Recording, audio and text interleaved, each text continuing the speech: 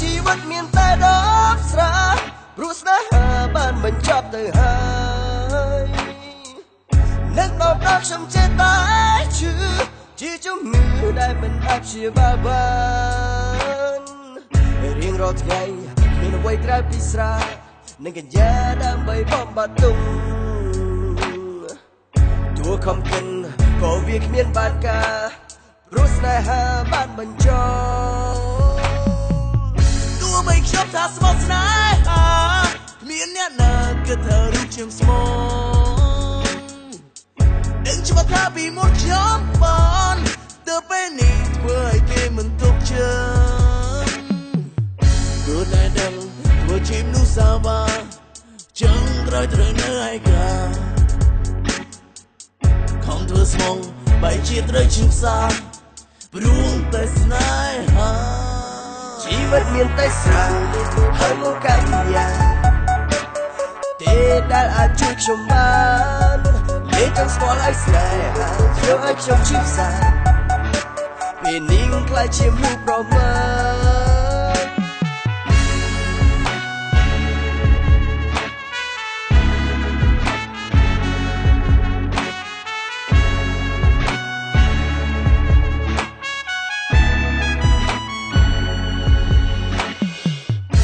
ชีวิตទៅជាយ៉ាងណាព្រោះស្នេហាបានឃ្លាតឆ្ងាយទៅហើយគ្មានចំណាយអ្វីត្រូវដល់សាព្រោះស្នេហាលែងទុកចិត្តទៅហើយពេលគេស្នេហ៍ចំបែបប្រែមិនខ្វល់ពីគេបាត់បង់ទេទើបដឹងថាស្ដាយក្រោយតែហួងពេលអងទៅហើយชีวิตមានតែស្រាហើយនឹងកញ្ញាទេដែលអាចជួយខ្ញុំបានលែងចង់ស្គាល់ឲ្យស្នេហាធ្វើឲ្យខ្ញុំឈឺផ្សាពេលនេះខ្លាចជាមនុស្សប្រមាថខ្ញុំកាន់តែពីដើផឹងខ្លាចជានុបមឹកមិនដឹងខ្លួនឆាជីវិតលែងមានតម្លៃសែនខ្មាស់លោកកែងចង់ទៅរត់ពួនជួនខ្ញុំដេកលើដីជួនខ្ញុំដេកក្នុងឃើចង់ការ៉ាអូខេអបស្រី2 3ធ្វើខ្ញុំនេះបដូរចារើ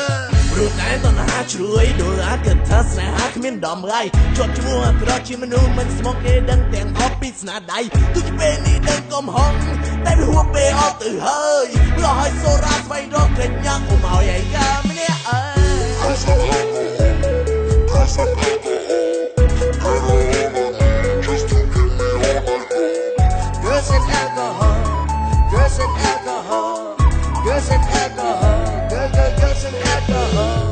នឹងអូនណាតអូនដឹងទេពេលគ្មានថ្ងៃទើបអារម្មណ៍នេះដឹងច្បាស់ថាវាពិតជាឯកាណាអង្គុយនៅតែក្នុងក្លឹបម្នាក់ឯងពេលវាស្រីមិនដែលស្មោះស្នេហាគិតតែពីរឿងតណ្ហាធ្វើឲ្យអូនឈឺសារៀងរាល់ថ្ងៃនេះជារឿងបាชีวิตមានតែស្រាហើយនឹងកញ្ញា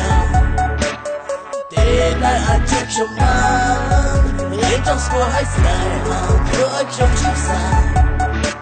ពេលនេះខ្លាចជាមនុស្សប្រមាថ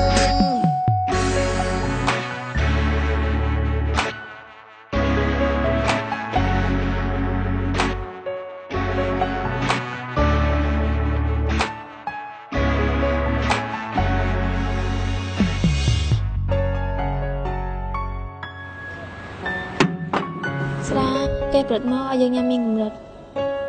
មិនមែនឲ្យញ៉ាំខ្លាចខ្លួនជាមនុស្សប្រមកដូចបងចឹងទេ